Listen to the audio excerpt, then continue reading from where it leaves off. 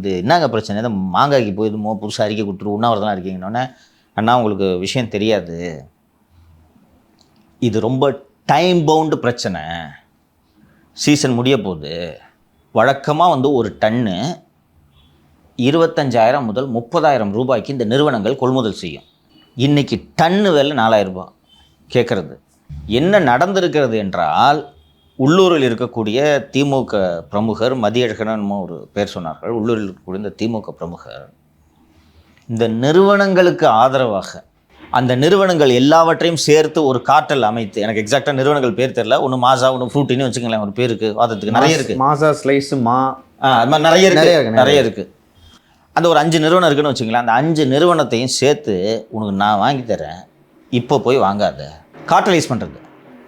இப்போ வாங்காத, இப்போ வாங்கினேன்னு அப்படி தான் சொல்லுவாங்க. டன் 25,000 சொல்லுவாங்க. என்ன பண்ண போகிறாங்க, அழுகிட்டோம் 2 நாளில் என்று சொல்லி